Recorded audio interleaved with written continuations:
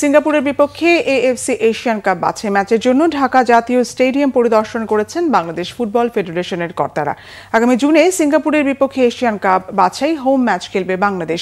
ম্যাচটির venue এখনও নির্ধারণ হয়নি, তবে বাফুফে চাইছে ঢাকা জাতীয় স্টেডিয়ামে ম্যাচটি আয়োজন করতে। কিন্তু প্রায় 5 বছর ধরে স্টেডিয়ামটির সংস্কার কাজ চললেও এখনও তা সম্পূর্ণ হয়নি। তবে আসার কথা ক্রীড়া উপদেষ্টা আসিফ মাহমুদের তৎপরতায় দ্রুতই এগিয়ে যাচ্ছে সংস্কার কাজ। সরকার ও বাফুফে আশাবাদী জুনে এই স্টেডিয়ামেই ম্যাচটি আয়োজন সম্ভব হবে। ঘরের মাঠে অভিষেক হবে হামজা চৌধুরীর। বাফুফে সভাপতি তাবিত আওয়ালের নির্দেশনায় বিকেলে মাঠ পরিদর্শন করেন সহসভাপতি ফাহাদ করিম, নির্বাহী কমিটির সদস্য জাকির হোসেন চৌধুরী, কামরুল হাসান হিলটন, গোলাম গাউস এবং ইকবাল হোসেন সহ বাফুফের কয়েকজন কর্মকর্তা। এনএসসির সাথে সমন্বয় করে কাজের অগ্রগতি পরিদর্শন করা হয়েছে এবং মাঠের কাজ প্রায় শেষ পর্যায়ে বলে জানান ফাহাদ করিম।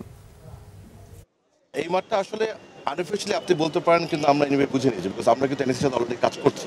বাট এটা একটা অ্যাডমিনিস্ট্রেটিভ ইস্যু, সো ওটা আমাদের অ্যাডমিনিস্ট্রেশন এবং এনএসসি অ্যাডমিনিস্ট্রেশন যৌথভাবে কাজ করছে। ওটা শীঘ্রই যে ফর্মালিটিস সেটা কিন্তু অফিসিয়াল ফর্মালিটিসটা হয়ে যাবে, it's already in the process. But unofficially আমাদের মধ্যে সে বোঝাপড়া হয়ে গিয়েছে এবং আমি আবারও বলছি, আমাদের মাননীয় উপদেষ্টা যে অ্যানাউন্স করেছেন যে ইনশাআল্লাহ হামজার অভিষেক বাংলাদেশে এই মাঠেই হবে জুনের 10 তারিখে। এই মাঠে একটি চমৎকার পরিবেশ আপনাদেরকে দিব, and that will be the beginning. ইনশাআল্লাহ এই মাঠ আগেও করেছে, এখন ইনশাআল্লাহ সামনে অনেক হিস্টোরিক ম্যাচেস অর্গানাইজ করবে ইনশাআল্লাহ।